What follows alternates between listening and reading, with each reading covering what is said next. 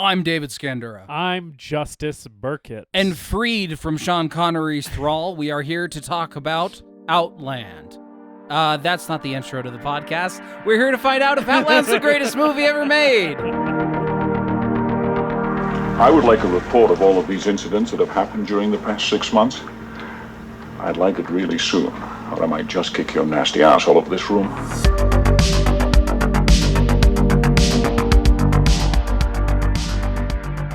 Head like a hole, black as your hole. I'd rather die than give you my hole. Head like a hole, black as your hole. I'm singing Nine Inch Nails, but I'm making all of the It's All About Hole. Yeah. It's funny. Bow down. That doesn't have anything to do with this movie, hole does use. it? No. Welcome to the greatest movie ever made, the show where we watch a movie and tell you if it's the greatest movie ever made. Yep. I'm in space. I'm a space cop on the moon of Jupiter called Io. In space, no one can hear you slap a woman. There's an epidemic of blue-collar workers killing themselves because of their harsh working conditions, much like at the Foxconn plant in China. A movie that is so thoroughly entertaining and compelling that while you're watching it, it's the only thing that matters in the world. Off to a rough start on this one. No, I think it's great. I'm David Scandura, joined as always by my co-hosts, and just another exploding head in a spacesuit in this movie, Justus Burkett. Space meth addict Justus Burkett.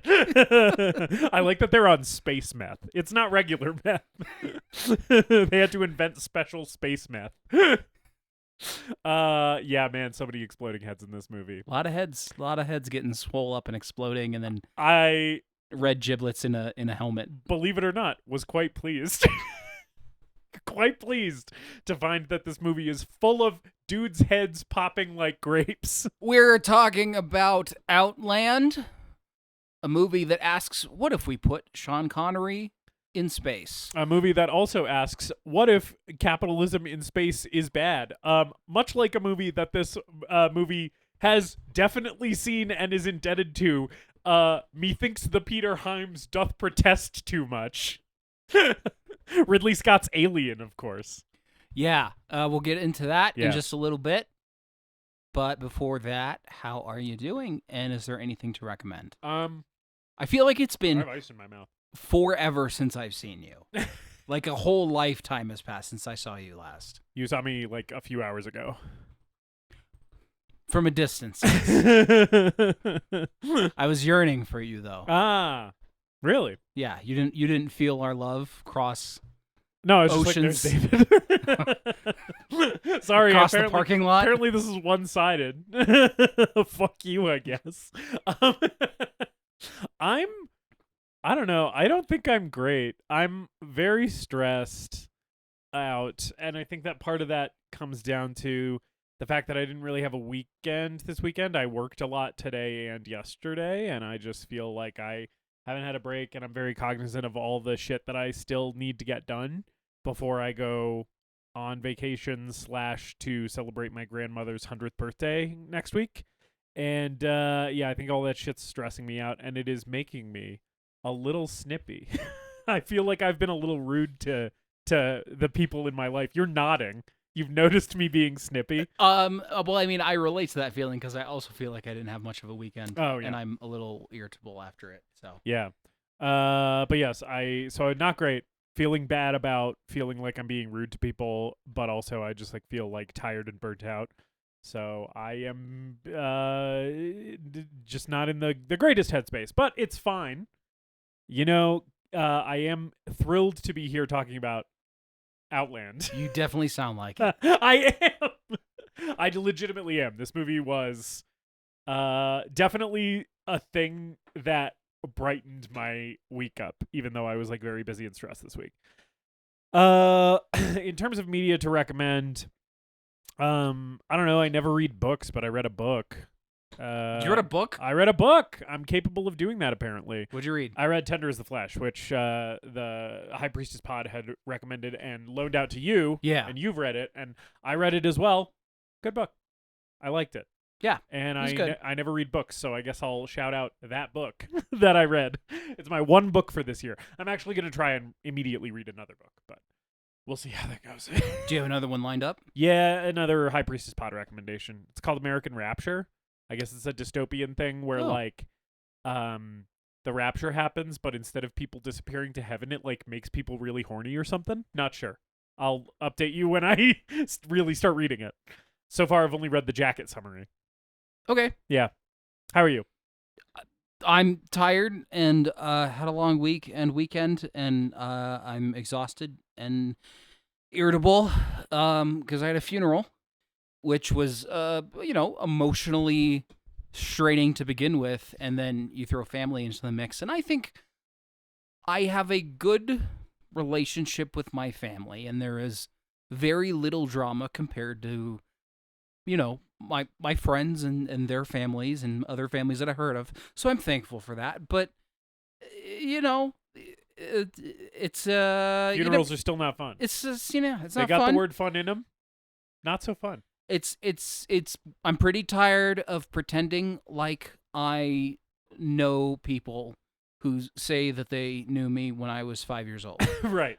And are offering me condolences. I also have very little patience for that shit.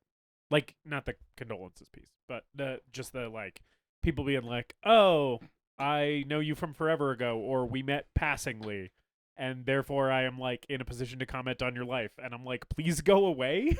Yeah, there were multiple times where I felt like I was being held hostage. Like, I would feel much safer if you just put a gun to my head and had this conversation with me. Yeah. As you're just like foisting all this information on me for 20 minutes. Right.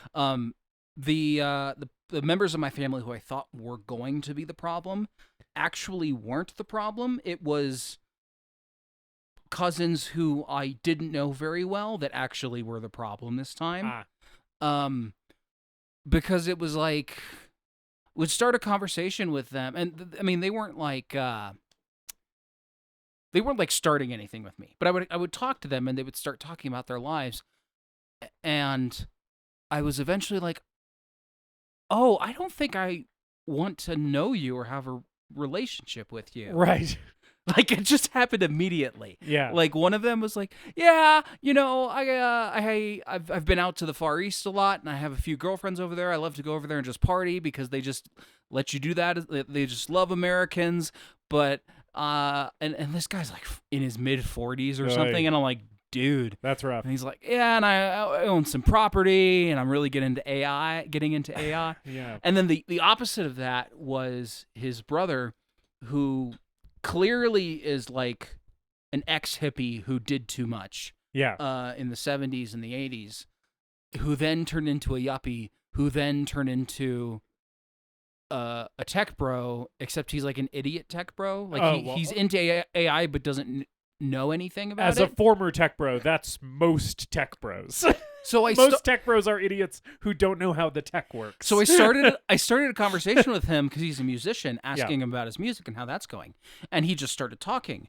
And then 10 minutes later, without me interjecting at all and him still talking, suddenly I was like, does this man think that the white race is being exterminated? Oh, wow. Is this man believe in white replacement theory? You started talking about his music career, and 10 minutes of uninterrupted somehow monologue that led later, him to he that. had talked himself into that corner. Does this man have boy. opinions on the Jewish people? Man, men are not okay. Men need help. And it was like, there's a part of these two guys who I was talking to, or my like cousins once removed or something, and I've met them before, but it was a long time ago. I was like, there's a part of these men's souls that is dark and evil. Yeah. Right. And the thing was like the people who I was worried about talking to talked to my cousins like they were the project. Right. They were the ones who they could ask 20 questions and have a conversation and debates about that. Yeah. So like the fact that I'd gotten a tattoo in the last 2 years didn't even come up because my aunt was just focused on them. Your aunt was focused on your 40-something-year-old cousin who has a bunch of girlfriends overseas. Like, let's unpack that. Yeah. How old are they? But a bright spot of the funeral was other than just like sharing stories about my grandmother with people, was I got to interact with my little cousin, and sort of like you and your sister. Yes. We haven't really had a relationship up to this point, Uh-huh. because by the time she was born, I was like already a teenager. And then I went off to college. She lives on the other side of the country. And now she's like 16 or 17 or something like that. And it was like, oh, it's nice to see you grow into someone with like a personality. Right. Oh, and like you're a opinions, person now. and I can talk to you. Yeah. Right. In a way that's not just like, oh yeah, David's sitting at the kids' table because he's like Emotionally immature. young enough. He's not. Yeah, he's still young enough to be over with the kids, but not quite old enough to sit with the adults. Even though I was like, I don't know, in my 20s or whatever the last time that I saw her. Yeah. I was like, oh, you're like a cool kid. Yeah. Like, and she's been going through some life teenager stuff. Right. So it was nice to be able to connect with her and talk with her, and that was really great. Yeah. Nice. So I am quite tired from this weekend, but had to do it. Had to bury Grandma. Got to do it. You gotta bury Grandma. You gotta go to Grandma's 100th birthday. These are things that you have to do with grandmas. Yeah, and Yeah. I don't have anything to recommend. Just give someone a hug. Yeah. Word. All right. So, and Sean Connery. Yes. He's has- been exercised. He let me go for the week. Oh, sweet. Like there was one moment at the funeral where someone was delivering a eulogy, and I went, that's what I was told, at least.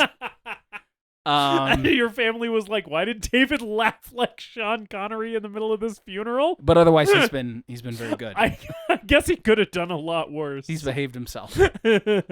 I'm sort of glad, because I do think that him talking about his confusing and frankly problematic views on his own sexuality at the top of the last couple of episodes has sort of been I have started. I was like thinking about this, and I was like, I've started to speculate that maybe this was a ploy by him to get us canceled.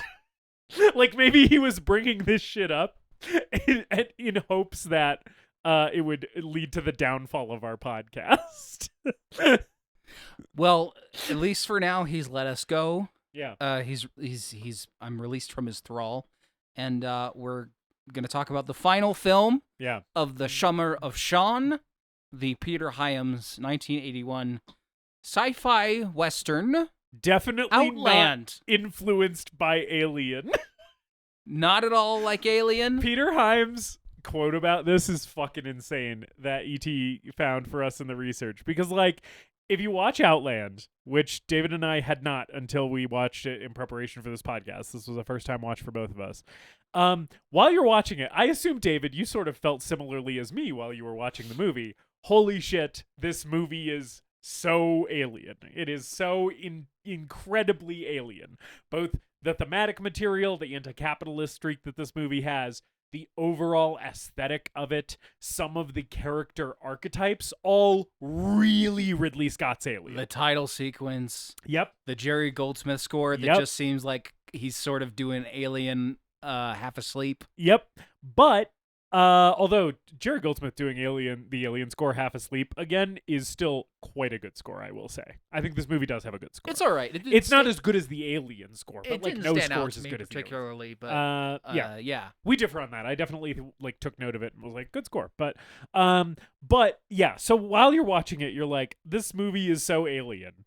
And then Hyams was apparently quoted in 1981 after the movie's release saying, "I was not influenced by Alien at all. This is a very dissimilar movie," which I'm going to go ahead and like just press the fucking bullshit alarm button really quick, because that's fucking so not true. If you watch this movie, it is abundantly clear that there is alien influence.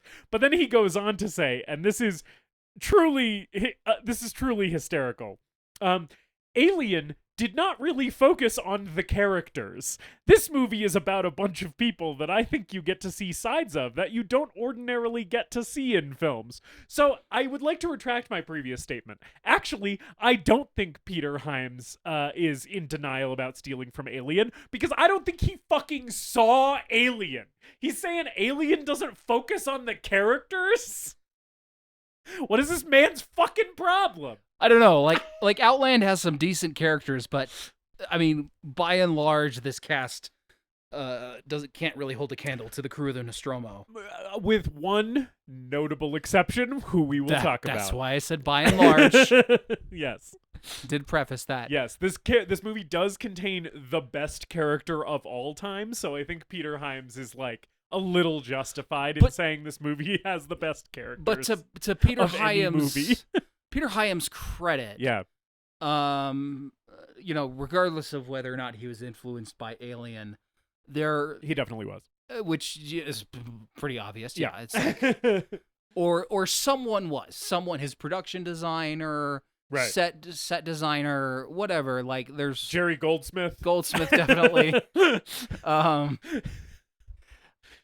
The anti-capitalist stuff in Alien that is more subtext is text in this here. movie, which I think is to its credit. You know what this movie was making me think of? This movie kind of reminded me of like I kind of feel like this movie is the in-between point to from the sci-fi critique of capitalism in Alien and the sci-fi critique of capitalism in Paul Verhoeven's sci-fi movies. This movie feels like it's in between, and it literally is in between those two things, but it feels like it's like a stepping stone from one thing to the other thing in a big way, because Paul Verhoeven's capitalist critique in his sci-fi takes like a satirical bent where not only is it text, but it is like blown up. It's like taken to 100, right? It's like the proportions of everything are so enormous in Paul Verhoeven's critique of capitalism, and it's pretty muted and subtext and kind of in the background in Alien. And I feel like Outland exists in the in between those two things. You know what I'm saying? I think it's also a stepping stone to Blade Runner. Yeah, big time. Because while watching it, I was like, oh, this movie clearly has 3 points of influence: Alien, High Noon, and Blade Runner. Yes. But Blade Runner came out a year after this. Yes. So really it was just in the zeitgeist. Yeah. Yeah. Yeah. But we were just starting to combine Westerns and sci-fi. Yeah. And like build out science fiction worlds and think about how they work and what, the people who live there, what they go through, what sort of corporations, what does the world look like? Because this movie tries, I think, does an admirable job of building out this colony as a living, breathing world. Yes, and a really interesting kind of logical jump that I think works really well in Outland and in stories like this, which is like, when we start colonizing space, that's sort of going to be like the Wild West again. There's going to be all of these communities that are isolated, that are weeks, maybe months away from any kind of help or support from like larger infrastructure. And they're basically going to have to like self-govern and manage all of their own problems at the community level. And if you have bad people who end up in leadership positions in communities like that, there's not going to be a lot that the people who are under them can do about it. At least not a lot that like fits into like traditional like Law and Order, right? Mm-hmm. And that's what makes like the sci-fi story and the Western so compatible, right? Is you think about like the early stages of space colonization, and it's like, it's just going to be like settling the American West again, but bigger and with laser guns or whatever, like, Yeah, and it's, this movie is a battle between basically the sheriff and the corrupt company man. Yep. He's just, that is literally exactly what the movie is. It's just space mining instead of mining. In in the West. Right. Yeah. And it rocks, I think. I think like that formula is very appealing and very effective. And I think that this movie like has a lot going for it just because it has a really strong concept on paper. Like I think like High Noon in space is a good idea. You know? Yeah.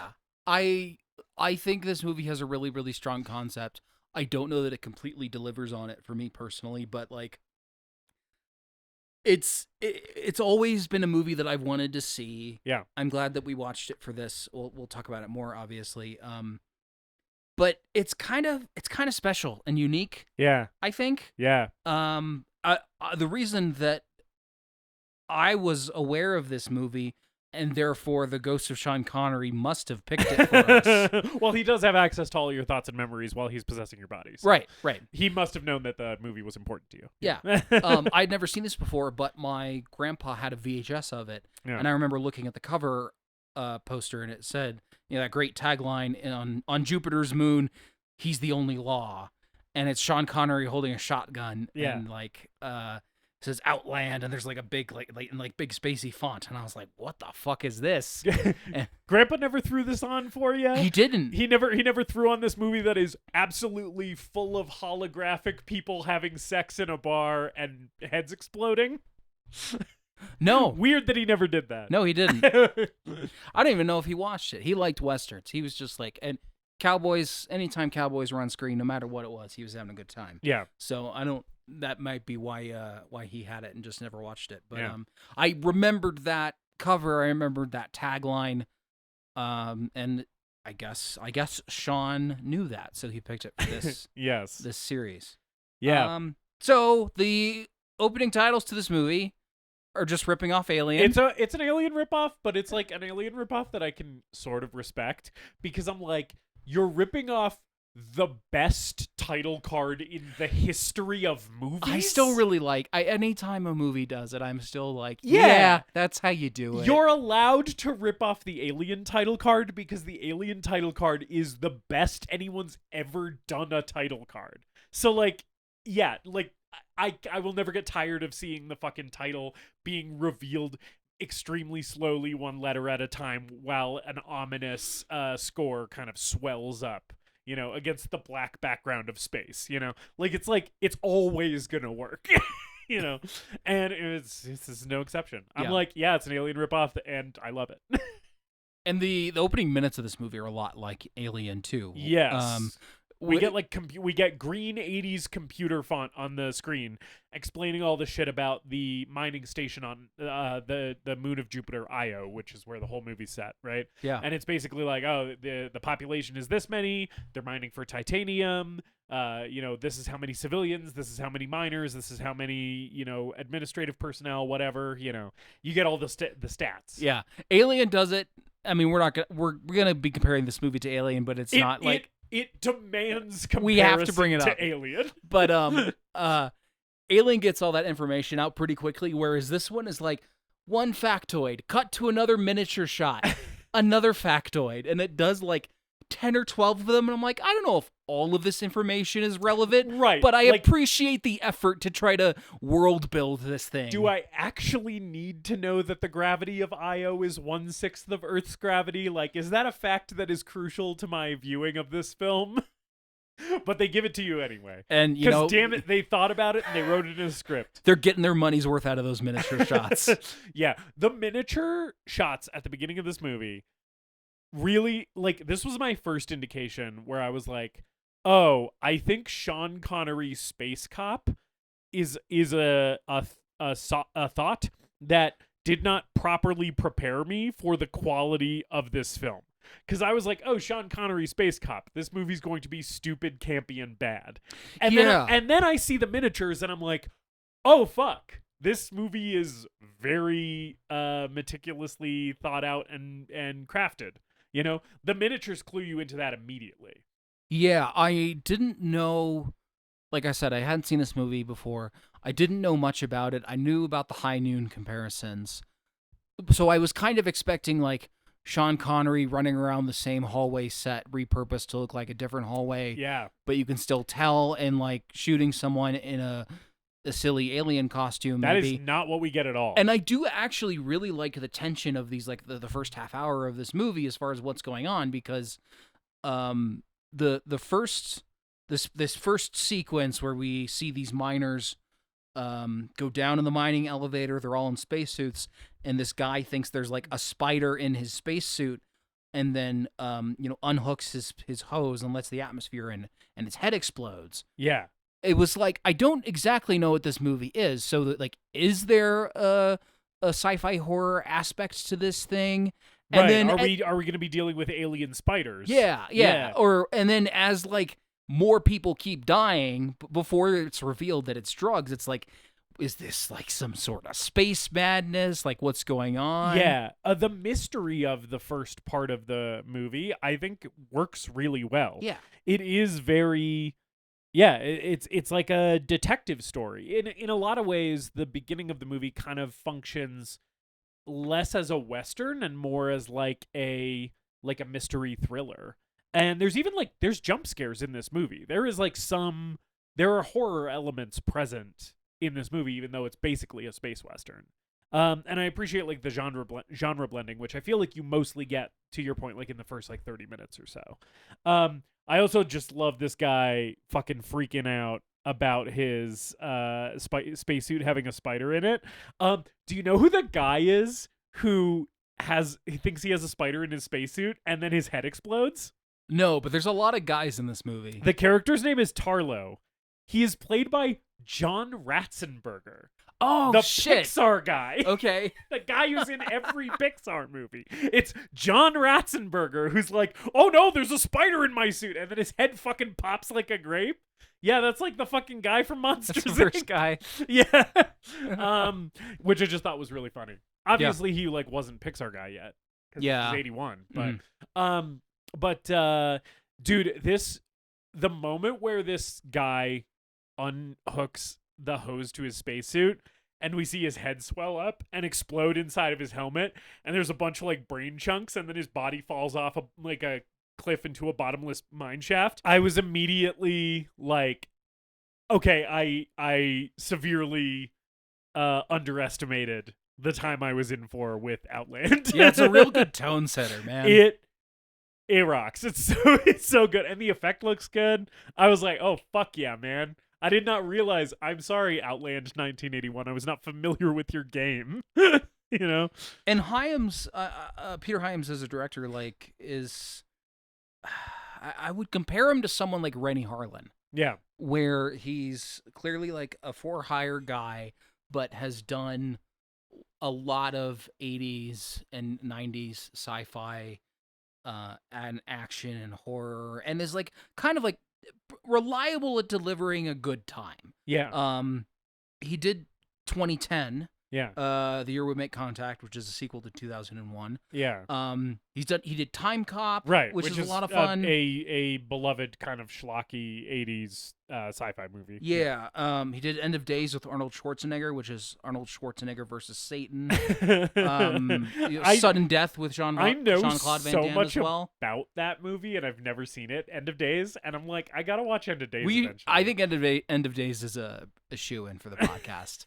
Because every time I watch that movie, I have so many things to say about it. Just Arnold Schwarzenegger versus the Lord of Hell himself. Yeah, you're a fucking choir boy compared to me, a choir boy. Isn't Gabriel Byrne the devil in that movie? He is. Fuck yeah, he rocks too. I love Gabriel Byrne. Yeah. Yeah. This guy's fucking head explodes. Yeah.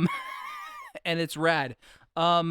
And then we're introduced to the man himself, Sean Connery, playing Marshal William O'Neill. Yes. And his family. And it's it's clear that they've never been to Earth. Her son has never seen Earth. Yes. This is a new posting that he's at. Yeah. And they're getting a little tired of how the job's affecting him. Yeah, and they don't like his wife's main thing is like she doesn't like moving around so much. Yeah, because it seems like he takes a different post like pretty regularly. So they've just been bouncing around the galaxy or whatever, from like mining town to mining town or whatever. And they've only been at this one for 2 weeks, but it's like, yeah, she's just getting tired of like this life on the road with this like kind of like federal marshal who's just like plopped into like the shittiest little backwater whatever, Right. And I was initially thrown for a loop because I was like, this movie cannot have Sean Connery in a loving relationship with a wife and having a child. Oh, if this movie has that, I'm going to be so mad. The And the movie movie immediately jettisons puts them on a shuttle and gets them out of the yes, movie. it literally has them take a spaceship and fly out of the movie. Don't worry, folks. Sean Connery is estranged from his wife in this one too. He has trouble with women in this one as well. Yeah, not And as much. No. This is the least misogynistic Sean Connery has been in the entire Summer of Sean. But he still threatens physical violence against a woman. He does, yeah. He still has to do that. But only one time, and it is sort of a joke. And she threatens him a little bit, Yeah, too. yeah. Um, Also, his kid sucks. okay, in this first scene, where the kid's talking about, like, because the mom is basically like, oh, it's like we have this, like, synthetic milk or whatever. It's like, it's not real milk because they can't afford it out here in like, the boonies of the fucking moons of Jupiter. And the kid's like, she's like, just pretend it's real milk. And the kid's like, well, I'll then just pretend I ate it, right? And with that line, I was sort of like, is this kid gonna be good? And then he does the Zoom call later with his dad, and I was like, oh, nope, I was very wrong. This kid sucks. He has one good line delivery at the very top of the movie where I was like, is this kid gonna be all right? And it's a red herring.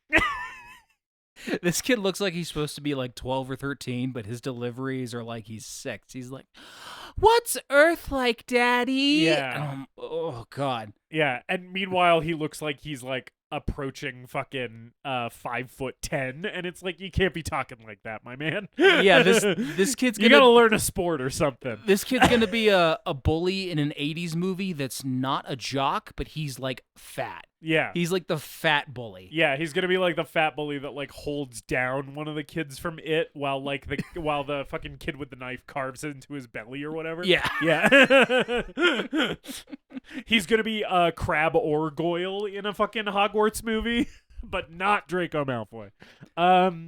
Yeah. This kid sucks. Kid blows. Wife's good though. Yeah. Yeah. Wife's all right. Yeah.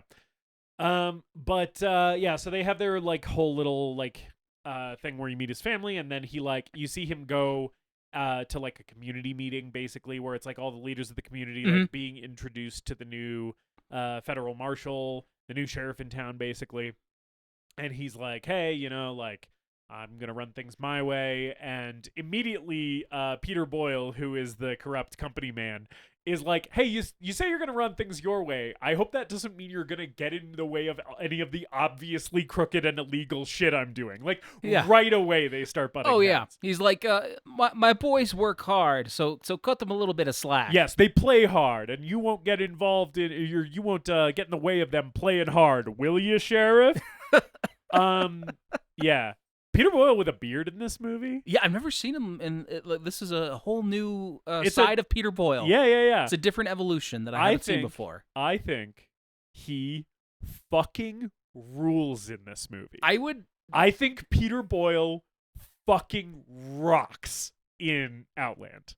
Anytime he was on screen, I was like, I love this performance. I love that he's being very like jovial and non-threatening, but also really sinister, and just weaponizing the fact that he's like bigger than Sean Connery in a lot of scenes, which is impressive because Sean Connery is a tall man, but Peter Boyle's like even bigger. And I feel like a lot of the time he's just like being taller than him is enough of a threatening, enough of a physical threat. And so he can just kind of like smile and like look at him with like really kind eyes, and it's still sinister. It was really working for me. Yeah. I wish the movie had more of him. Yeah. Because I feel like he only gets a few really key scenes in it. And, but at the same time, like his performance is so understated and not mustache twirly. No, it's the opposite. He's just a guy. He seems really like pleasant and jovial. And also he's like, I will kill you if you get in my way. Right? And it's like, that's scarier than a guy who's like, I'm going to take you down, Sheriff. Right? Yeah. Yeah. He's like a big fish in a small pond. Yeah. Kind of thing is the impression I get. Sort of like the I can't remember the actor who plays him, but he's an Arkin. I don't remember which Arkin he is. The guy in Pig, Oh yeah. who's like the restaurant, the restaurant big shot. Yes, the guy who gets his entire fucking life ruined by Nicolas Cage calmly asking him questions. No, not him. Not that. Yeah, that guy. Yeah. Nat Alex Wolf, Nat Wolf, one of the Naked Brothers band guys. Yeah. His dad. That guy. He's like, in reality, this guy isn't that big of a deal, but in this little world, in that movie, it's the Seattle restaurant industry. Right. Here, it's the mining colony in space. Yeah, space mining colony. It's like they're important and they'll do anything they can to hang on to their power. Yeah. Just one of those dudes who's like determined to hold on to the tiny sliver of power that they have, like the sliver of control that they have in their life, like by any means necessary, right? And it's like also very clear later in the movie that it's like one of the reasons he's like that is because he also has bosses that he has to answer to who will have his neck if he fucks up. So it's like he's under pressure too. Yeah. Yeah. No one's free from space capitalism in this movie. Yeah. Which I like. I like that it's like, no, yeah, it's like the boss has a boss, and his life is on the line too. We're all fighting for our like crumbs of bread or whatever. You know what else I like about the space capitalism in this movie is that it is like fucking fully dystopian, like Starship Troopers space capitalism, where we're like fucking taking showers in a shower room that has just a glass wall, and you just showering is open to the rest of the public. I was like, why the fuck did they do that? I think it's probably just so that they like can monitor you at all times. It feels like a real Big Brother situation. There's right? a lot of where it's like we want to be watching the workers at all times, so we know that they're showering for their prescribed 5 minutes and no longer. There's a lot of so we can get maximum productivity out of them. Yeah, a lot of CCTV cameras in this movie. A lot of watching people on monitors. They're also all sleeping in these cots that are like stacked on top of each other. They're basically sleeping in pet cages. Yes. Is what it looks like. Yeah. And all of the set design stuff really fucking works for me, and I think highlights the themes of the movie. Yeah, you understand so much about what these people's daily lives are like, what they have to go through here, the conditions that they're living in. It reminded me a lot of Snowpiercer, where it's like packing a world into this little tiny space. Yeah, I was getting big Snowpiercer vibes as well. Mm-hmm, yeah. Mm-hmm. And we get some of that here with this next scene. Where one of the I fucking love this scene. This scene's great. Where this miner gets into the elevator down to the mining shaft that isn't pressurized. Right. It's exposed to the atmosphere, and they go down their spacesuits. Yeah. And he gets in without a spacesuit. And all these other miners are like freaking out, like, is there a way we can stop the elevator? And like they're all like looking for like a stop button, emergency stop, and they can't find it. And then he gets to the bottom of the elevator shaft, and the door opens, and it's just like his exploded body with guts all over the place, and his eyeballs have burst and shit. Yeah. And you get like a really good quick look at it, and then it cuts away, and I was like, nice. That was both classy and also gory as fuck. And I appreciated it. And that's one of those things that I think feeds into the space capitalism thing too, where when they're talking later at the police headquarters about it, and there's like, no, like you have to do this very specific prescribed number of things to get into the elevator. It's not like he fell in. But the fact that there's no like emergency release or fail safe or anything to stop it from happening. Yeah. And all the cops are basically like, yeah, it's a suicide. Sometimes that happens. Guys go crazy around here. And immediately Sean Connery starts asking questions, being like, hold on, like, how do we know it's a suicide? Did he leave a note? And they're like, shut up. He had to fucking press a bunch of buttons. Of course this was normal.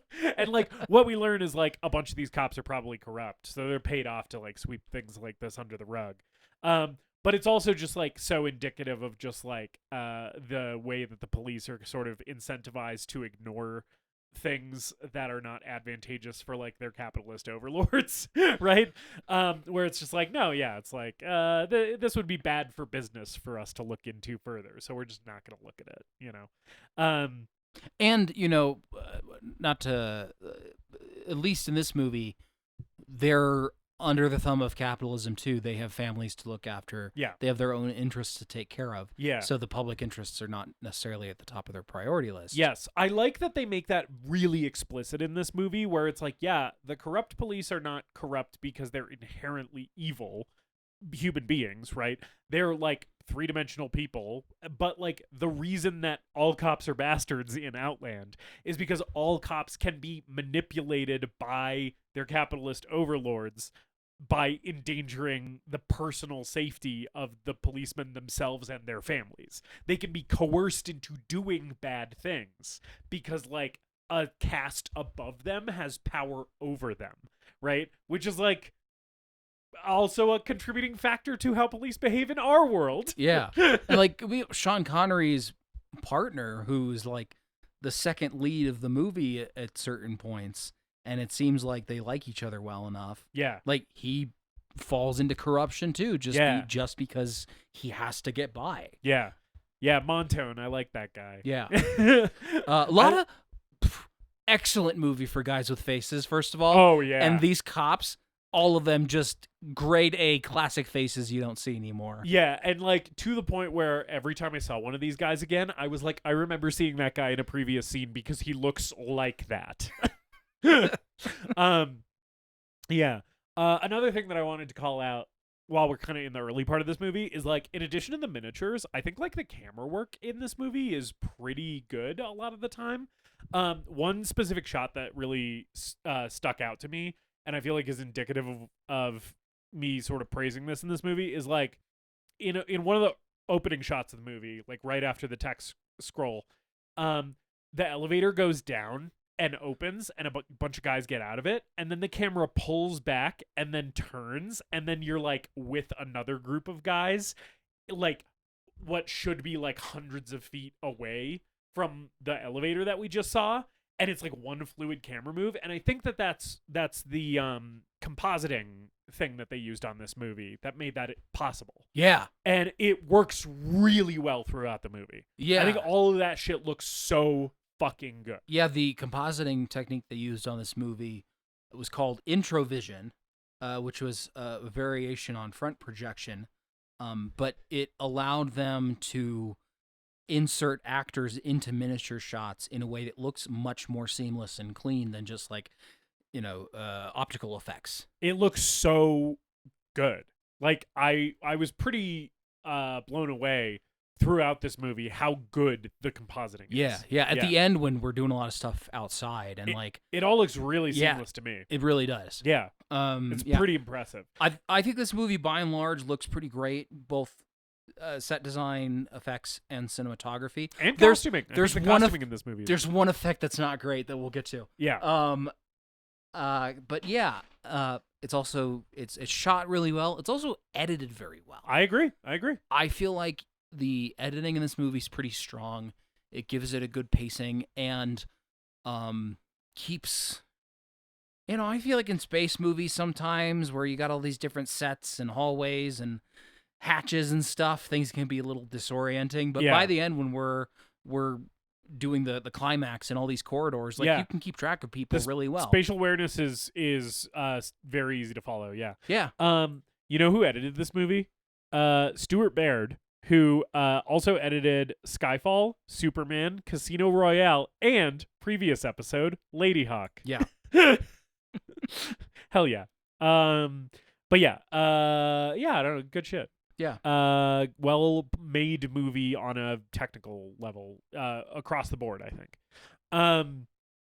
Anyway, so like around here, like we've had more with like Connery kind of settling in. We've had more like introduction to the community. Yeah. We've sort of started to see these two scumbag-looking fucks running around the mining colony doing shady shit. They're always just kind of like passing someone in a hallway and quickly like giving them a glance or something. We get the impression early that there's some shady characters around, right?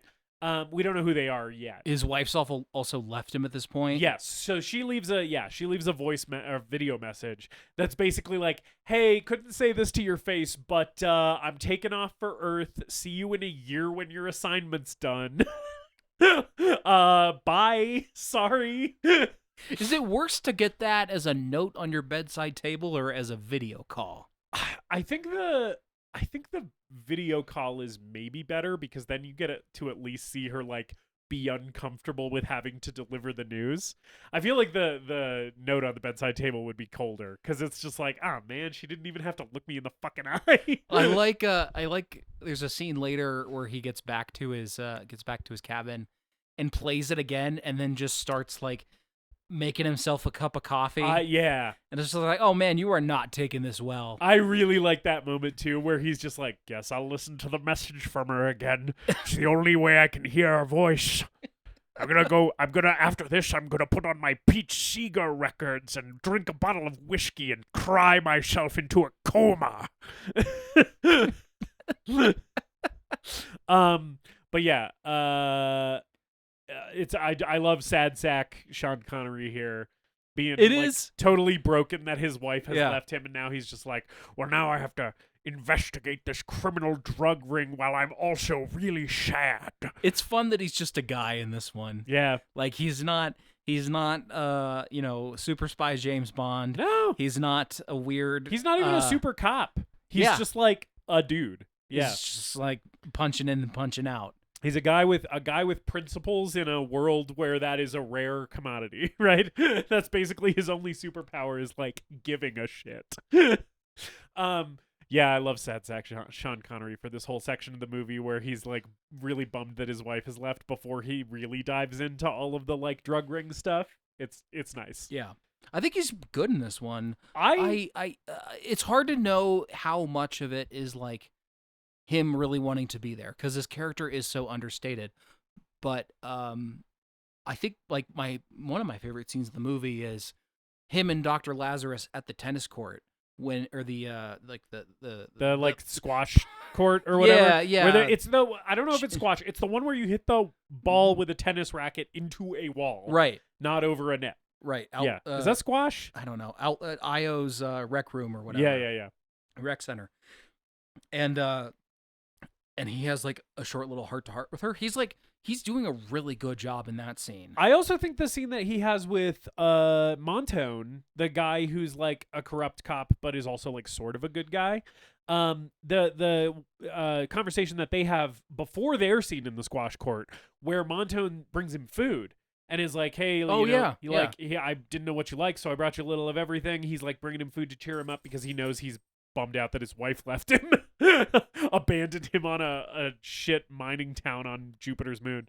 And Montone's like talking to him, and he's like, hey, like he's trying to make jokes, and like Sean Connery's like pretty stone-faced, and he's like, I feel like I'm bombing. And then like there's a really nice moment where Connery kind of like gets a lot of warmth after Montone's like, oh, I feel like I'm bombing. And he's like, no, you're not. You're saying all the right things. Like, I really appreciate what you're doing. And I was like, oh, that's like, it's nice to see that warmth from him. And then at the end of that scene, Montone's like, if you need anything, let me know. Like, even if you just want to talk. And it's like a really sweet moment between these two guys. And I feel like Connery plays it really well. It's another scene I really liked him in. Mm-hmm. My hot take about this movie, David, is that I think Connery in this movie is maybe the best he's been in The Summer of Sean, with the possible exception of Marnie. I think he's great in this movie. I loved him in this movie. I was like, oh shit, like there he is. There's the fucking movie star, you know? Because like we've talked about, you can kind of tell when he doesn't care and when he shows up, and I feel like he shows the fuck up in this one. I feel like he's really given this something. Yeah. I think Marnie might be stronger for me, but that is also a bigger performance, which makes it hard to tell. Right. And like Connery's a great actor, but I still don't think like nuance is a strong suit, but he is doing a good job with the material here. Yeah. Despite that. And I think we should just talk about Dr. Lazarus, because she's introduced in this movie around this point too. This is the best character that's ever been in a movie that I was alluding to earlier. I love Dr. Lazarus. This character is exactly what you want out of like an 80s sci-fi movie, which is like there's always a character. Usually this role is taken by a man. There's always a character who's like, I fucking hate being in space. Being in a sci-fi movie sucks shit. I just want to fucking smoke cigarettes and drink myself into a stupor. Why do I have to be in this fucking sci-fi adventure? That's very much her vibe. And I'm like, all of that she's pulling off incredibly well. And I also love the thing with her character where she's like really self-deprecating. She's basically like, when they're trying to identify the drug, she's like, you probably have the wrong person for this. They stuck me in this shitty mining town because I'm a fucking bad doctor. And then she actually succeeds and is capable. Yes, And- she succeeds at identifying this drug. Meanwhile, the monitors that she's looking at they're just displaying bullshit. Yeah. It's just like vector graphics It's and weird incomprehensible things, and horseshit. she's like, it's a new molecule I haven't seen before. And I'm like, lady, come on. Lady, that is a grid going whoop, whoop, whoop, whoop, back and forth. It's a green grid with no data in it. But yeah, I love this character. I love this performance. I am obsessed with Dr. Lazarus. I want a t-shirt with Dr. Lazarus's face on it. This is a pretty dour affair through and through. Like, we're playing things quite serious in this movie. There are cool characters, but there's no one who's really fun. But Dr. Lazarus adds some of that color to this movie. Yes, she's definitely the comic relief, for sure.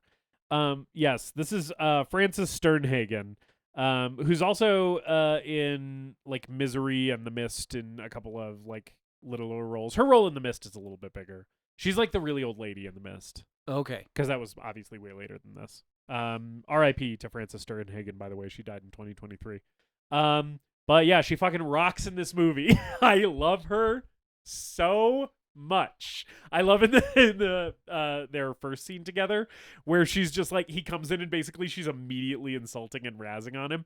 I don't remember what she says that's a doctor joke, because she says something to him and she's like, that's a doctor joke. Oh, take 2 aspirin and call me in the morning. Oh, yeah. That's Yeah. what it is. And then his response, like, or later in the scene, he's like, how about I whip your ass up and down this room? Yep. That's a federal marshal joke. So that's the one time that he threatens a woman with violence. Just check that off if you had that on your Sean Connery bingo card. you Yeah, can we are cross it 4 off. for 4 in misogyny. Just no sexual violence in this one. No. And it's good natured. They're like, I like that their relationship is very much like they just give each other shit.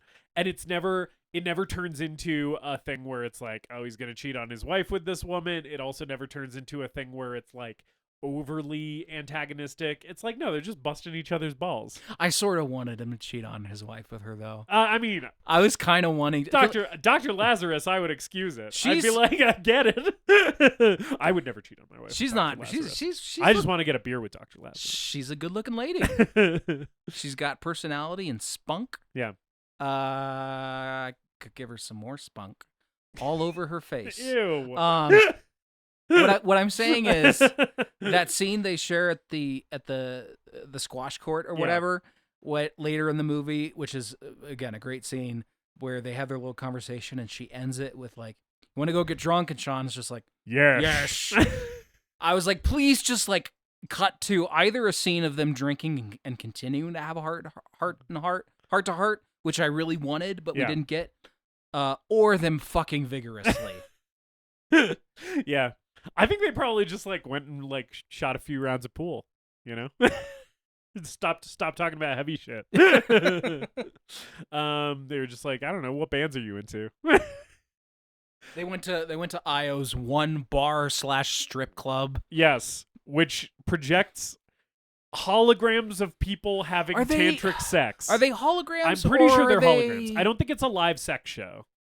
I thought it. Okay. Because they look like they're like gray. They look like they're like painted gray. Okay. And I assumed that was because they're holograms. Because they're in those little cones of light. Yeah. I and thought they were holograms. Then we have shots of the bar where no one's stripping in the cones of light. Oh, and I was like, oh, okay. I guess the strippers have the night off tonight. Oh, okay. I just thought they But were I don't know.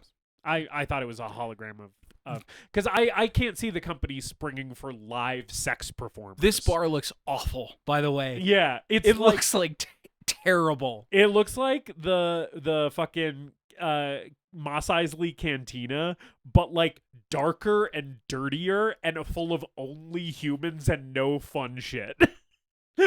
It does have kind of like Mos Eisley Cantina like configuration. Like the Yeah. tables were reminding me of that. Oh, and there's a little like space saloon doors on it, I think. I do like I really like the swinging space saloon doors. That shit, I was like, oh, you know exactly what movie you're making, Peter Hyams. Good job. But yeah, I don't know. So like so he has his first interaction with Dr. Lazarus, where he's talking to her about like what's up with all these suicides. Also, none of the bodies are in the morgue. What happens with the bodies? And she's like, well, they're shipped off of the moon basically immediately back up to the space station, which is like our next point of human contact. Because we are not equipped to like do the full autopsies here, so they like do all that shit up there. Mm-hmm. So then he like sneaks into one of the guys. Oh, well, actually, before that, there's a guy who's gonna kill the prostitute. Yeah. Yeah. Because that's how he finds out it's drug related, Right. and that there's been like an increase in deaths in recent months. Yeah, it's so actually like while he's sadly listening to the video call from his wife. That's what it is. He's sadly listening to the video call from his wife, and then he gets a phone call, and he's like, hold on, I'll be right over. And then he just grabs a shotgun and runs down the hall, and basically we learn that one of the miners was, he was patronizing a sex worker, and started becoming violent and like locked himself in a room with her and is like threatening her life. Right. We saw him shooting up space heroin earlier. Yes. I will say the one and only based thing about this space capitalist society is that sex work is legal and regulated. However, in a bad capitalist way, not in a cool way. In an 80s sci-fi movie way. Yeah. Yeah. But I will say, I'm like, hey, at least they legalized it. And at least there is some degree of protections for sex workers, because like the guy who commits assault on this sex worker does pay for it with his life. He is shot to death, and she is treated at the hospital and presumably has all of her health care covered by being an employee of the company at least. So it's like even the space dystopia is better than current America. Okay. We have another James Bond connection. Oh yeah, this week, because the actor playing this worker is Steven Berkoff, who later is a villain in Octopussy, which came out the same year as Never Say Never Again. Right. And he is a weird little freak in that movie. Yes. And I was thrilled to see him fucking screaming and beating his chest. Yeah. In this scene here. Yes, just being a full-on space meth addict. He's just a space meth head. He's high on space meth, brandishing a knife. Yes. He's like I've been playing the Batman Arkham games.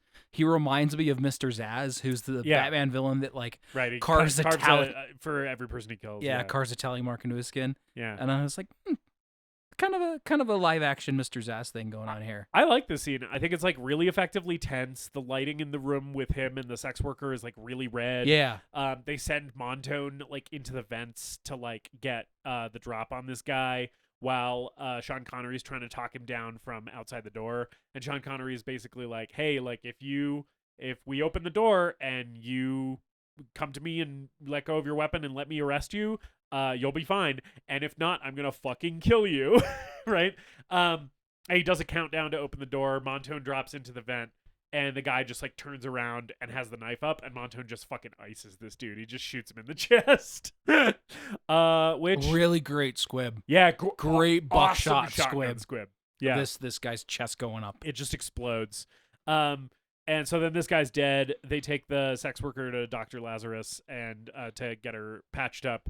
And then so this is when like Sean Connery sneaks in to the like shuttle that's gonna take this dude's dead body to the space station and like takes a blood sample from him because he's like pretty sure this guy was on something. And I think that all of these guys killing themselves and going mad and becoming violent is like all connected. So he takes the blood to Dr. Lazarus. I love this scene. We already sort of talked about it, where she's analyzing the blood. Yeah. I just love their banter in this scene. Yeah. I love all of it. I love where she's basically insinuating that he's a shitty cop because he's also on this like shit assignment. She's like, well, I'm a bad doctor and you're probably a bad cop too. Because only people who are incompetent get sent to this fucking shithole. You know? It's awesome. I like the phone conversation that they have when she wakes up. She's sleeping in a hospital bed Yes, for some reason. Yeah, she is just sleeping at work. and my headcanon for this is she got drunk at work and is sleeping it off just in a hospital bed. And Sean Connery is like, I need to see you immediately. She's like, you know what time it is? He's like, yes. He's like, well, you better be dying. Yep. But what they find is that it's this space meth, which is called polydichloric euthamol, which is funny because Terminator 2, according to E.T.'s research, has an explosive called polydichloric ethamol. So James Cameron definitely saw Outland and was like, stealing that. Those all sound weird and sciencey. I'll put them together. Yeah. Yeah. But yes, polydichloric euthamol, it's space meth. And it's red. I like that it's red. Yeah. Comes in little bags and it's red. And she's basically like, you know, this is like really intense shit. It'll have you doing, 14 hours of worth of work in a 6-hour day. And so there's an obvious incentive here for the company to be supplying miners with this shit. Because it's like, yeah, they're not going to sleep as much. They're going to work way more. They're going to be way more productive. And Sean Connery immediately puts all this shit together. And so then, like, very early, I think, he approaches Peter Boyle and is like, I know what you're up to. And I'm like, you don't want to wait until you have, like, enough of a case to arrest him.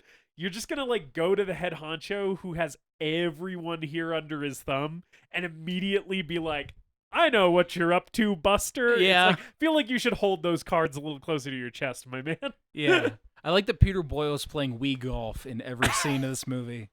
The golf thing I thought was such a good detail because I'm like, yes, this is the easiest shortcut to getting me to hate this fucking space capitalist is have him play fucking golf. He's a boss that needs to play golf in his office, and it's since it's in space, it has to be some kind of virtual golf thing. Yes, but I like that he's hitting a real ball, and then it just hits the wall, and then the fake ball continues going.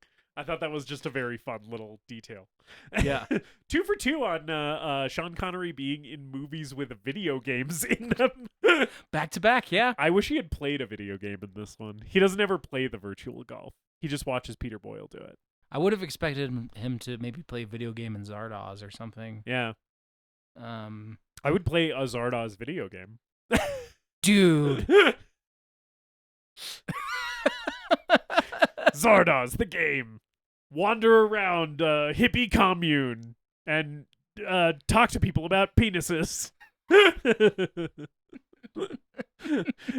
Incite an orgy by having people lick your sweat. Zardoz, the video game. Yeah. I don't know.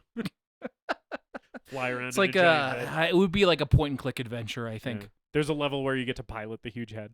That'd be fun. Yeah. You vomit guns on a bunch of people. Ride around on a horse shooting people. But hopefully not, doing sexual assault, although, We didn't talk about Grand this. Theft Auto exists. We didn't talk about this, but they should have made more Zardoz movies.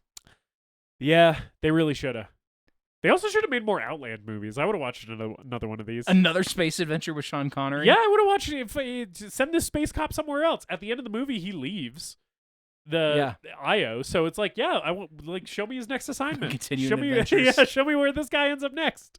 Show me him being like a future cop in Philadelphia, because I'm pretty sure he goes back to Earth, right? Yeah. This movie had a strong opening weekend, but I don't know why he'd be in Philadelphia, considering he is clearly British and so is his wife. Yeah. So it'd probably be Space Bristol or some shit. Their kid's not British, though. No. Their kid is the most fucking cheeseburger ass American I have ever fucking seen. This kid is from like Iowa. Yeah. He's like, golly gee, Pops. This kid grew up playing t-ball and sipping chocolate milkshakes. Yeah. This kid's fucking got a bunch of fillings that were directly caused by Cactus Cooler. So now we have a scene somewhere in here, now that he knows that it's a drug, now that he knows that it was in Stephen Burkoff's bloodstream, of him investigating it.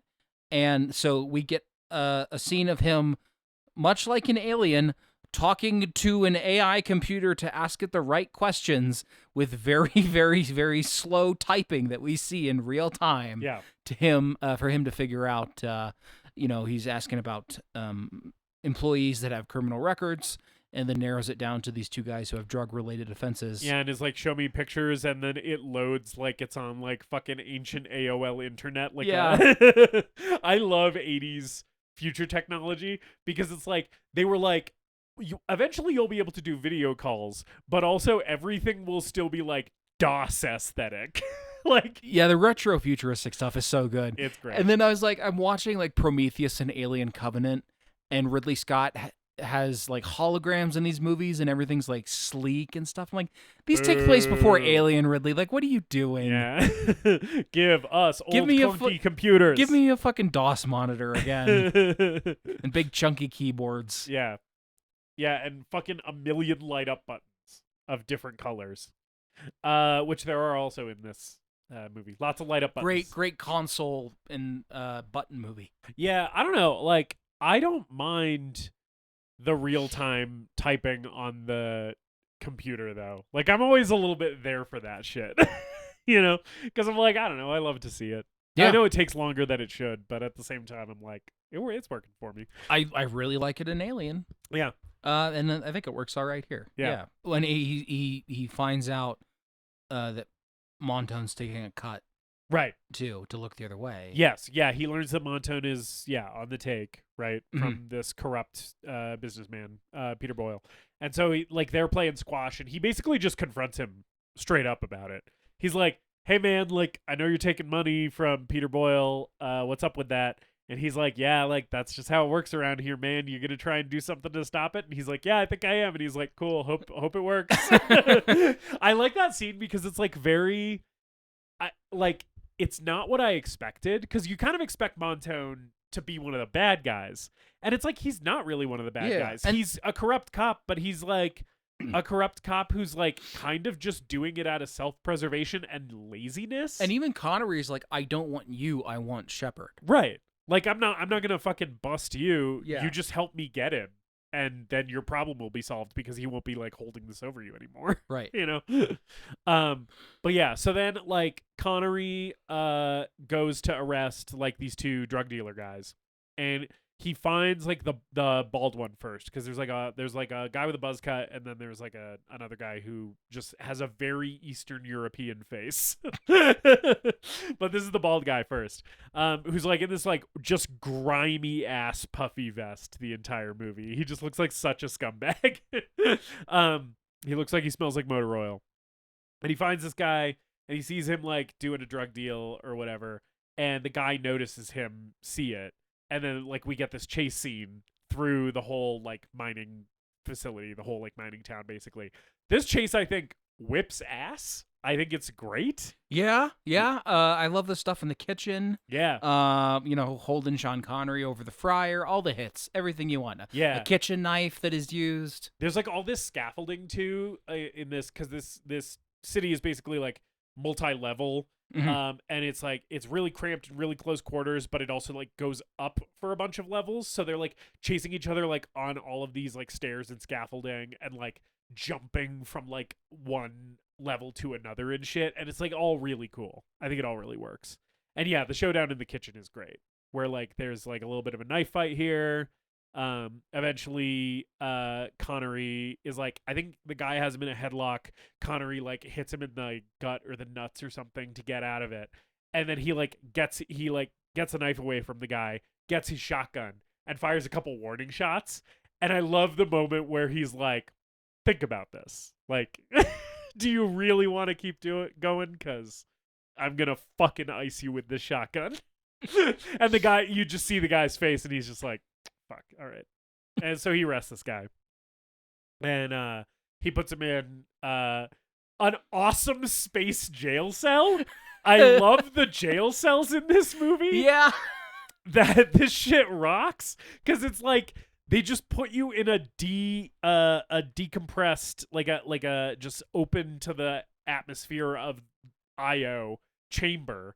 So you're just like floating in fucking space basically, but it's like contained. And then they just put you in a spacesuit and like tie the spacesuit in the cell so you can't move. You're just floating. It's like 0G jail cell. Yeah, and I think first of all, I'm sure this is a crime against humanity, but also it's kind of rad. Oh, this is definitely outlawed by Space Geneva Convention, I'm sure. But I think there's even dialogue about like yeah, these systems can fail all the time. And Yeah, stuff like sometimes a guy just pops in while he's in jail. you just pop before you get your court date. Yeah, it's too bad. This is the wild space west, baby. But yeah, and I like when he's like, yeah, some people start to go crazy at night when they realize they can't feel the floor. It's awesome. And this guy's like, I'm not going to tell you shit. He's like doing the real tough guy routine. And Connery's like, oh, yes, they all say that at first. Wait until I wear you down. I'm great at it with ladies. I'm also great at it with criminals. I was gonna say great at it with men if his sexual orientation. Yes, if his escapades in hell are to be believed. Right. Yes. Right. I obviously don't know much about that because while he's talking about that stuff, I'm in hell. So right. Like, but I feel you in on it. Yeah. Yeah. And then so he goes to get the other guy. He gets like a tip. Like I don't remember if it's an anonymous tip or what, but basically it's like, oh, like there's gonna be a shipment in the meat locker or whatever, right? So he goes, and then is like looking around, and then this guy with the really Eastern European face goes to like garrote him with this fucking wire and like chokes him out, and he like hits the floor, and then this guy like goes to get the drugs out of the fucking cow or whatever that's like hanging in the meat locker, and then Connery pops back up, and we reveal that he had a fucking neck protector around his neck because apparently he knew he was gonna be garroted, which is awesome. And he just like fucking beats the shit out of this guy. Does he kills this guy, right? I don't remember exactly how it goes down because there's like a little bit of a fight here. I'm pretty sure this guy dies. I don't know. Sure. But yeah, he beats this guy here, and then he gets the drugs. I like when he's pulling the drugs out of this fucking frozen cow, and he's like pulling out this whole like string of these like packets of like red liquid space meth, and they just keep coming. It's like a fucking magician with his fucking scarf coming out of his sleeve. It's like, how are there more drugs in here? They just keep coming. And Montone is found somewhere in here garroted because I guess apparently he forgot his standard issue police anti-garroting collar. You gotta or wear your something. garroting collar. Yeah, I think he finds Montone dead first, and then this happens, which is maybe why he wears the garroting collar. Oh, it could be because he's like, well, I don't want what happened to Montone to happen to me. Yeah, let me put on my special Kevlar collar. I hate it whenever I watch a movie for the podcast like the same day, and then by the time we get to the episode I'm like, I already forgot stuff. It's just my brain is terrible, and today's been a busy day. Our brains are Swiss cheese, and things just pass through them. And we've done 96 of these. My brain is porous. But yeah, he gets all the drugs. He then like goes to Peter Boyle again, who's playing space golf again, and he's like, I found all your drugs and I flushed them down the fucking toilet. Once again, I am telling you all of this to your face, which I'm sure will not come back to bite me in the ass at all. And Peter Boyle's like, I'm gonna kill you? What'd you think was gonna happen? Right. He's like, well, I'm gonna call a bunch of guys and they're going to come here and kill you. Oh no, not a bunch. Two. Yes. Which, okay, that is one of the funniest things in this fucking movie. Because, like, to skip to it really quickly, the shuttle lands, there's like the huge countdown to these two guys, these two assassins getting here to kill Sean Connery. But you don't know it's going to be 2 guys. There's this whole buildup where like the shuttle's coming in 70 hours, 40 hours, 9 hours, 4 hours, right? And it finally gets there, and all these people come off. And I was like, oh, fuck, Sean Connery's going to have to kill 20 dudes. And it turns out all of the rest of them are just regular passengers just coming to work the mines or whatever. Yeah. And the guys he actually has to kill are just like these 2 chuckle fucks. Like... But I also kind of felt like that fit with the world, because it's like, yeah, this fucking corporation that's running this like corrupt mining town isn't going to splurge on 20 assassins. That shit's expensive. They're going to send 2 dudes, you know, like. Yeah, it's the High Noon thing of like the whole premise of High Noon is they're waiting for the train that's going to bring this gang in. Yeah. But in High Noon, there's you know, I haven't seen it in a while, but it's just at least 4 or 5 or 6 of them. More than 2 guys. More than just 2 guys. Yeah. It's funny. It's funny because once O'Neill recruits Lazarus, then they're even. Like, it's 2 against 2. And then when they're doing the countdown, and he's got like 60 hours, 50 hours, 40 hours, it's a lot of scenes of him not preparing, and I'm like, you might want to be preparing for the hitmen. But when it shows up and it's like an hour and a half, and I think we see him stash a gun somewhere. Yeah. And he's starting to prepare. He fiddles with the security cameras and shit. Yeah. And then when 2 guys step off the shuttle, I was like, oh yeah, you were fine to procrastinate. He did the appropriate amount of prep. He's like, I won't load my shotgun until they're almost here, because I'm pretty sure there's only going to be a couple of these guys. I think I can take 2 guys with 9 hours. Just going to put my feet up for the next few days. I'll play some squash with Lazarus. Yeah. And he does play some squash with Lazarus. We have that nice scene. I like in that scene, because in the whole countdown section, right, there's a few things. He goes to the bar. Everybody kind of looks at him like, oh, there's the guy that's about to die. We all kind of know what's going on here, but none of us are going to do anything about it because we all want to keep our jobs, right? And then there's the squash scene with Lazarus. I like in that scene when he is talking about, because she's basically like, do you really think you're going to make a difference? And he's like, I don't know, but like I have to try, right?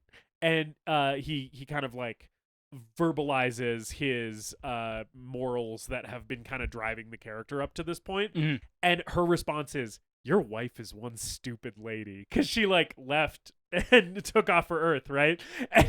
And I just love that moment from her being like, this guy fucking rules. You know, I can't believe that his wife, you know, bailed on him.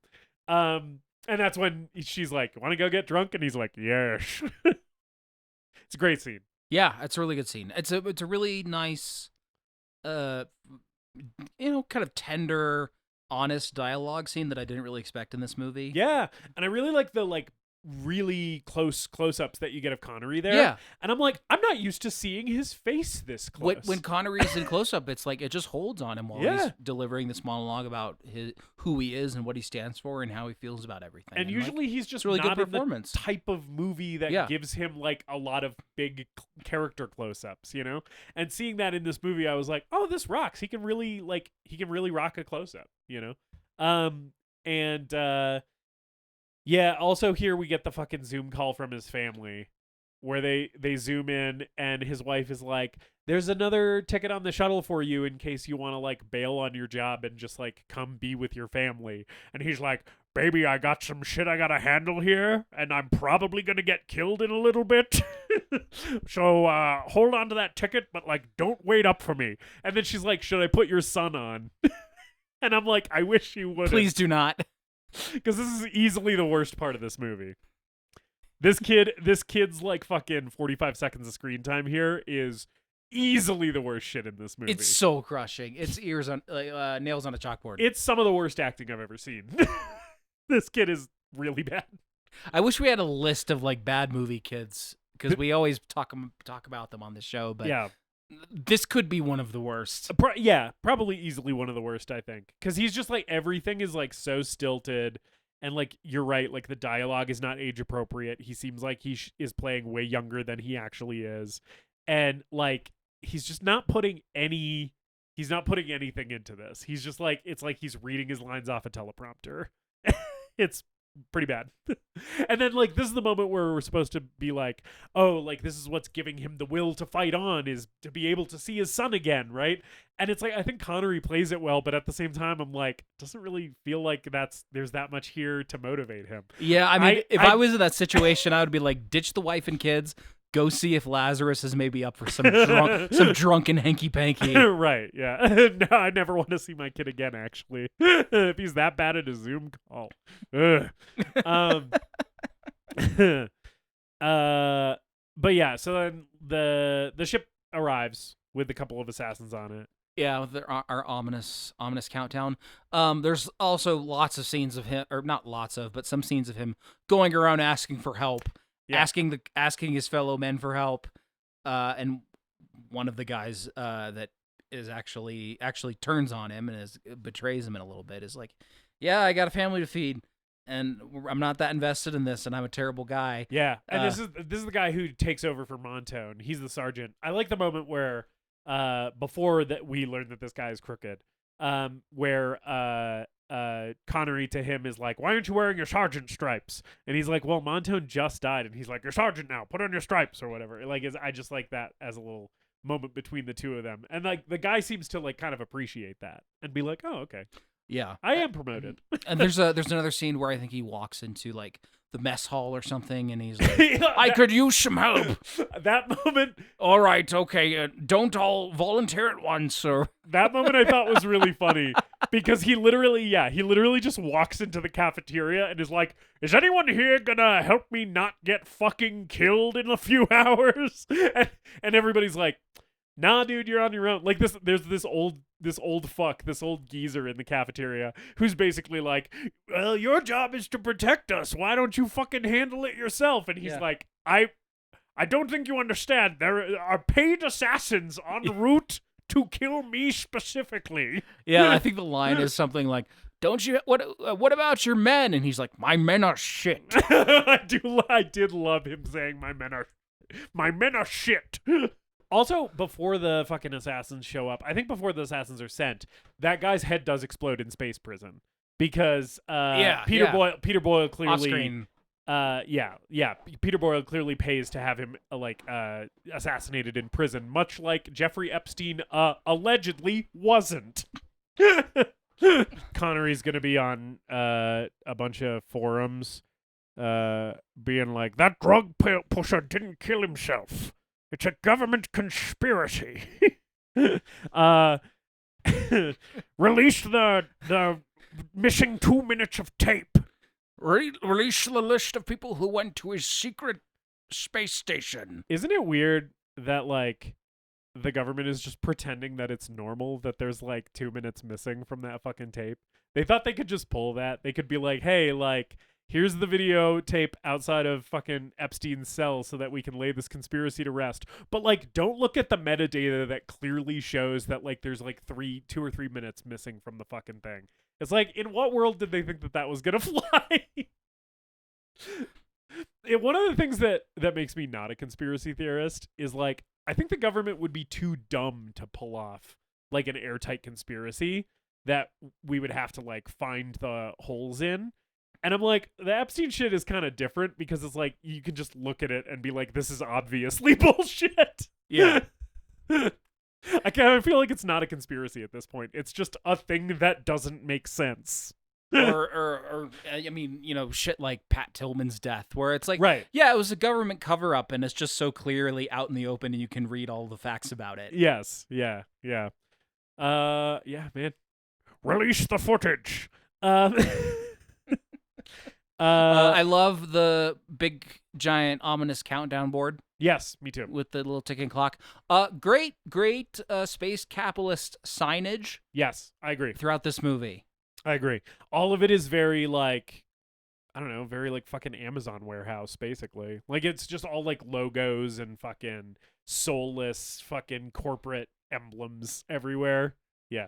Yeah. I like it. Almost like they were influenced by the film Alien. Almost, but, you know, Peter Hyams swears up and down. This is an original Hyams creation. I mean, unlike Alien, this is a movie with characters.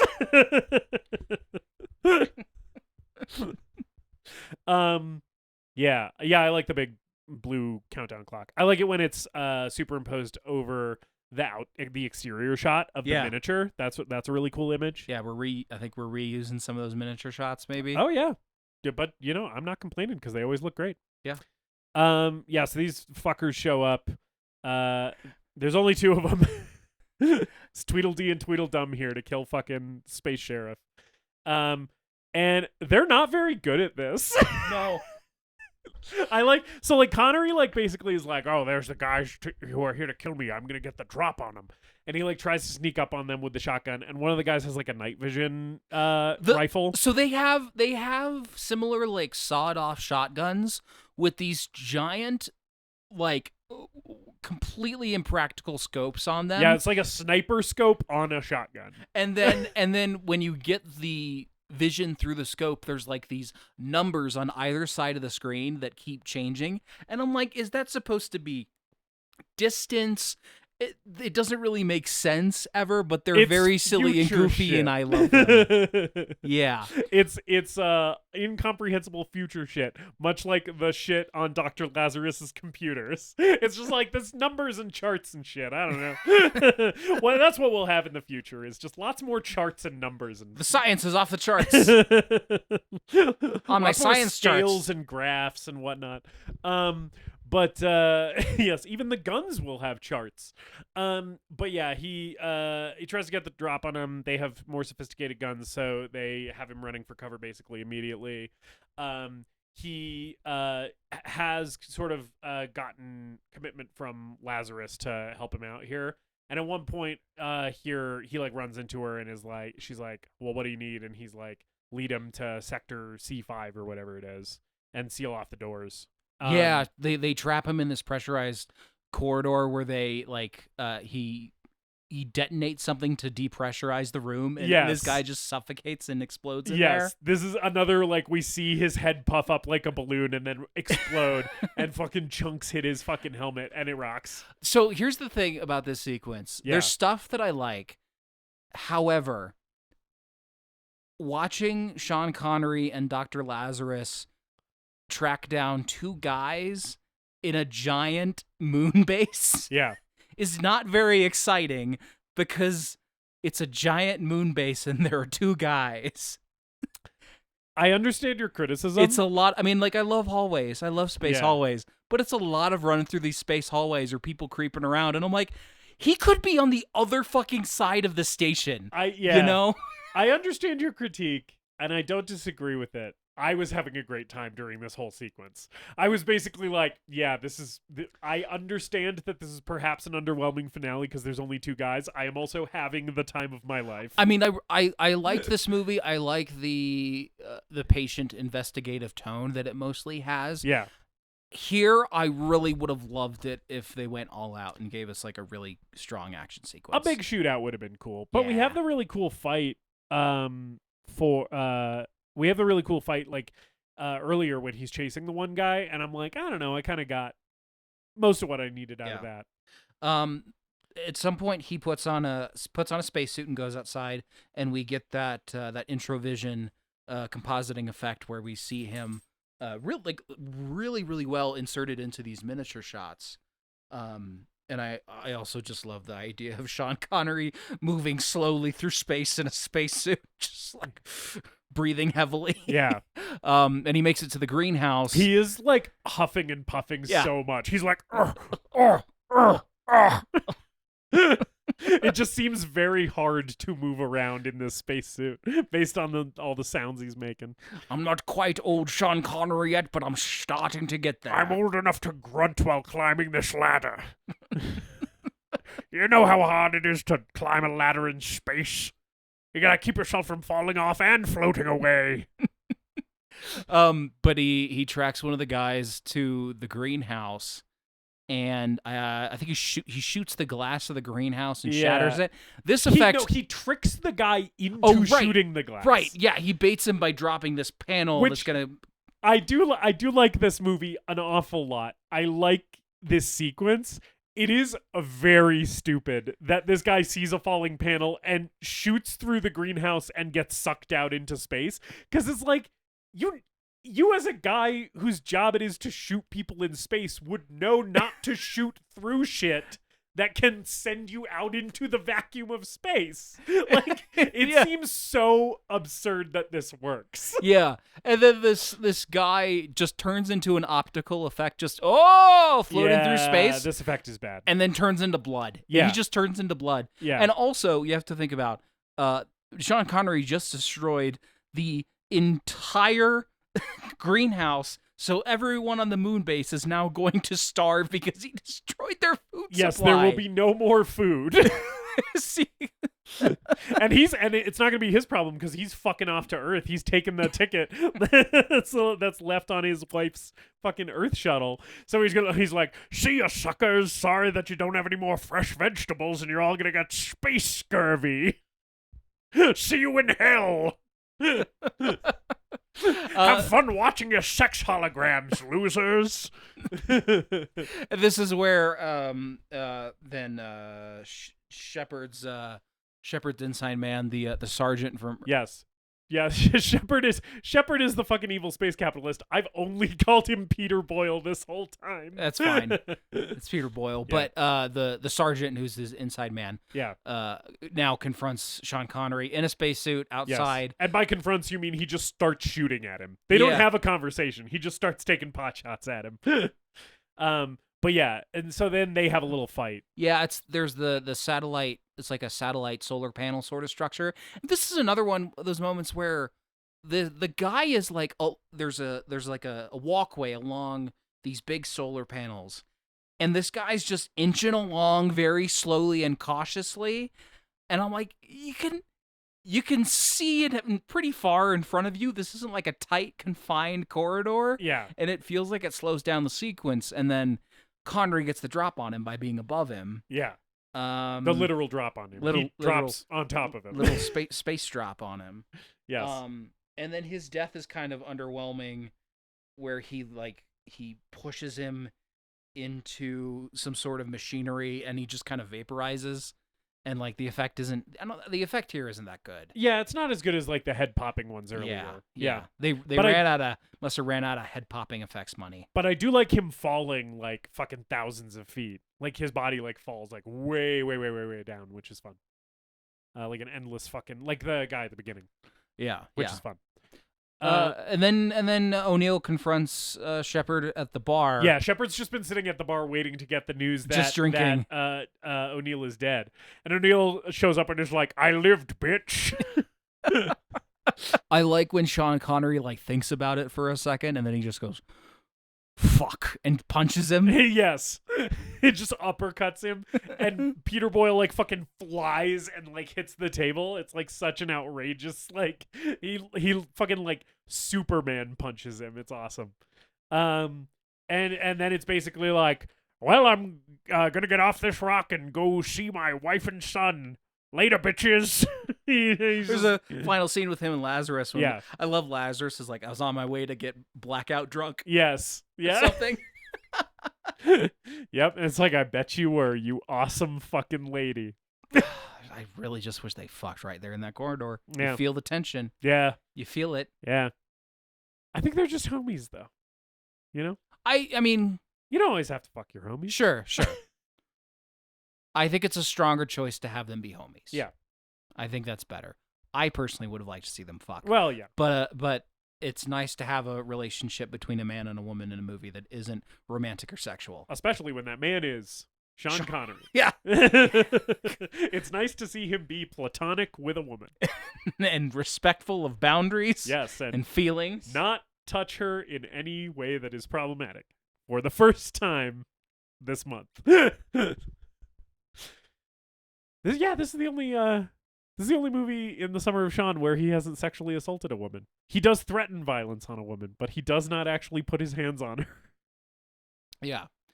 And then the movie ends with like a text description of his communication to his wife. That Yes. He's on his way. Yep. And I'll be there soon. yeah. Love you. All the space drug shit is sorted out. Yeah. Yep. That's Outland. That's Outland. Word. That's certainly the movie. What do we do now? David, I think I asked you first last time, but I'll ask you again. Sure. Is Outland the greatest movie ever made? Justus. This is going to be a pretty solid no. Okay. But I think you should check this movie out if you're listening to this episode. This is almost like a little movie that could for me, where everything's kind of going against nothing in this.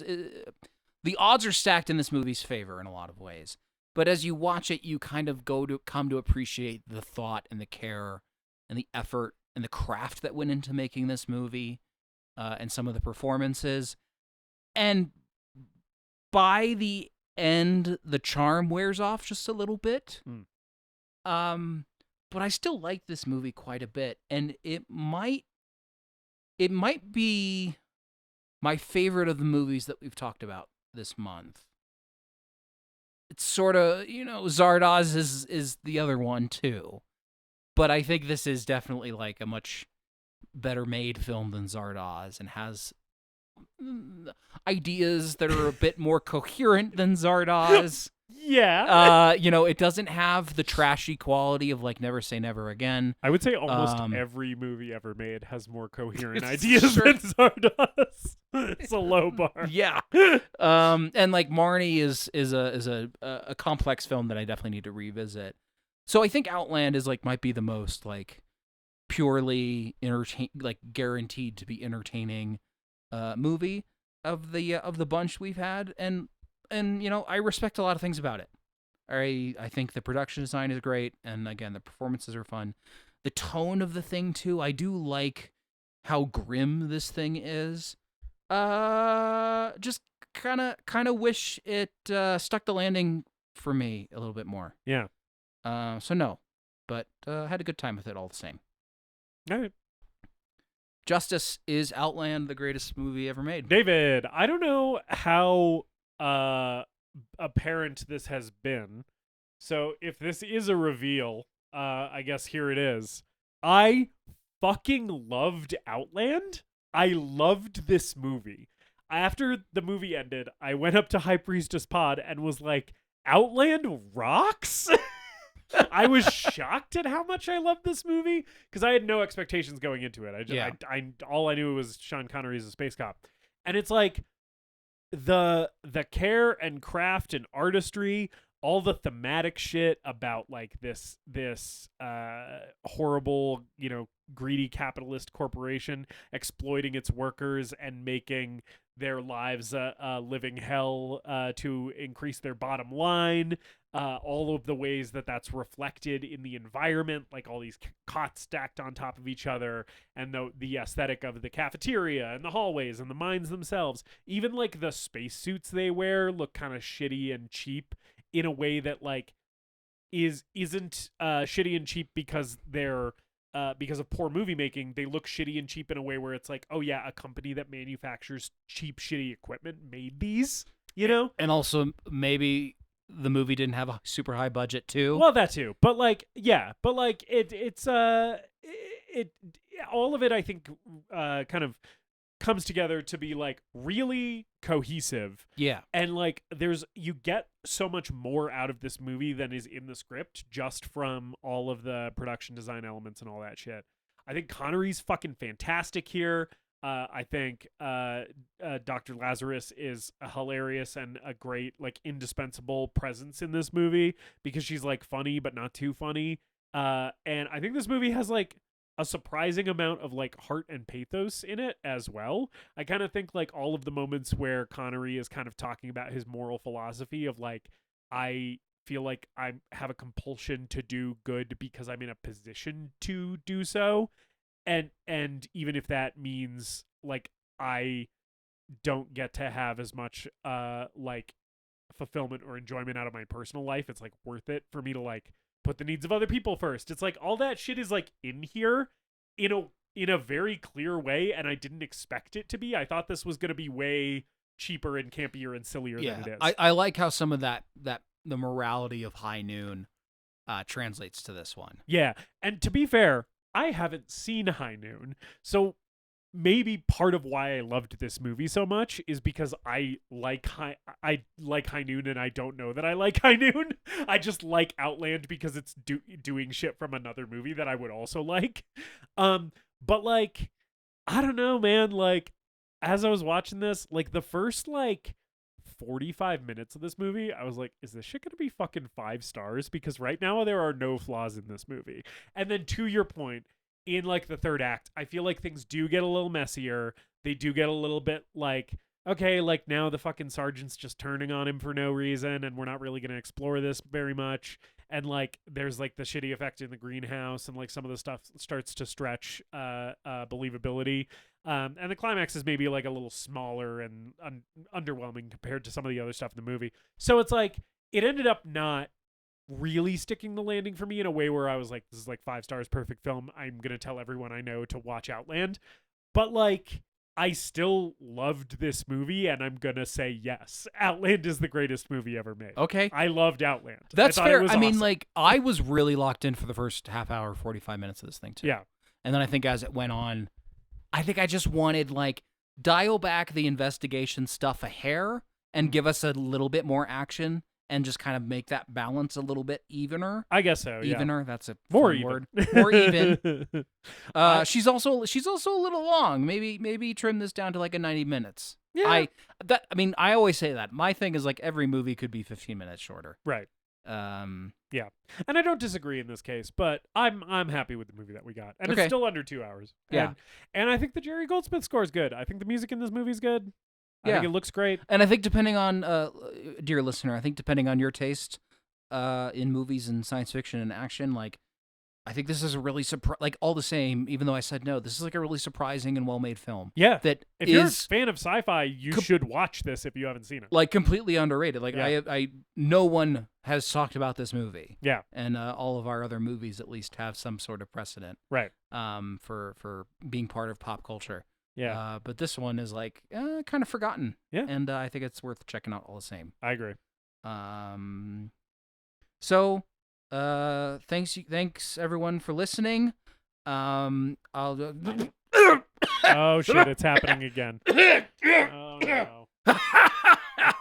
Hello, Justus. Hello, Sir Connery. I thought we were gonna have you absent from this episode, but you're sneaking in right under the wire. The Summer of Sean couldn't end without a final appearance from me. I suppose that's true. Well, thank you for this slate of movies. We've had a great time talking about them. I'm glad you enjoyed yourself. Yeah. Which one was your favorite? I'd like to know. I think I loved Outland. I also loved Zardoz. I kind of think that my favorite is still Zardoz just because of how wild and off the wall it is and how it's like so unlike any other movie that I've ever seen. I'm also quite misogynistic in that one, too. That's true. That's not why I like it. Oh, that's why I like it. But I also really liked Outland. I'm going to give it to Zardoz, though. Yeah. Okay, fair enough. What are you and your little friend watching next week? Next week, Sir Sean. We're going to be watching Altered States, which is a movie that I've heard a lot about, never seen. You have access to all of David's thoughts and memories. Has David seen Altered States? He is not. He has also not seen Altered States. So, he also hasn't seen Highlander 2, The Quickening. Which I'm in. I haven't seen Highlander 2, The Quickening either. I've seen the first Highlander. Maybe you and your friend should watch it again for another Sean Connery-related month. The Summer of Sean Round 2. We'll talk about it. I mean, I suppose you could just come from hell and mandate that anytime you want. But yes, we'll be watching Altered States from 1980, directed by Ken Russell, starring William Hurt. From what I understand, it's a movie about drugs, and that's kind of all I know. Sounds like it sucks ass. I think it's going to be trippy and weird. Yeah. Much like Zardoz. Trippy and weird. If anyone out there is listening, I guess I should say maybe you should listen to this podcast and support these boys on Instagram or TikTok or whatever you kids are doing these days. Yeah. Those are still the main ones. I know you died in 2020, but there hasn't really been another big social media platform. So Instagram and TikTok are still kind of the main ones. Yeah. Did you know that Twitter's called X now, Sean? That's stupid. I know it is. It's dumb as fuck. Hopefully you get to say hi to Elon in hell soon. Parody satire. I hope you had a good Shummer of Sean watching my movies and discussing them with your friend David. And of course, enjoyed all of the gay sex that we had together. To be clear, we did not have any gay sex together. I love my wife, and I would never cheat on her with Sir Sean Connery. You, of course, weren't conscious for it. Oh, God. All right. Well, you'll be hearing from my lawyer. I'm in hell, bitch. You can't touch me. Damn. But apparently you can touch me.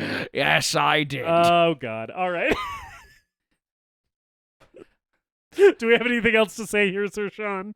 No, Thanks I to just ET wanted for to our say research. thank you for letting me join you for your podcast, and thanks for watching my movies.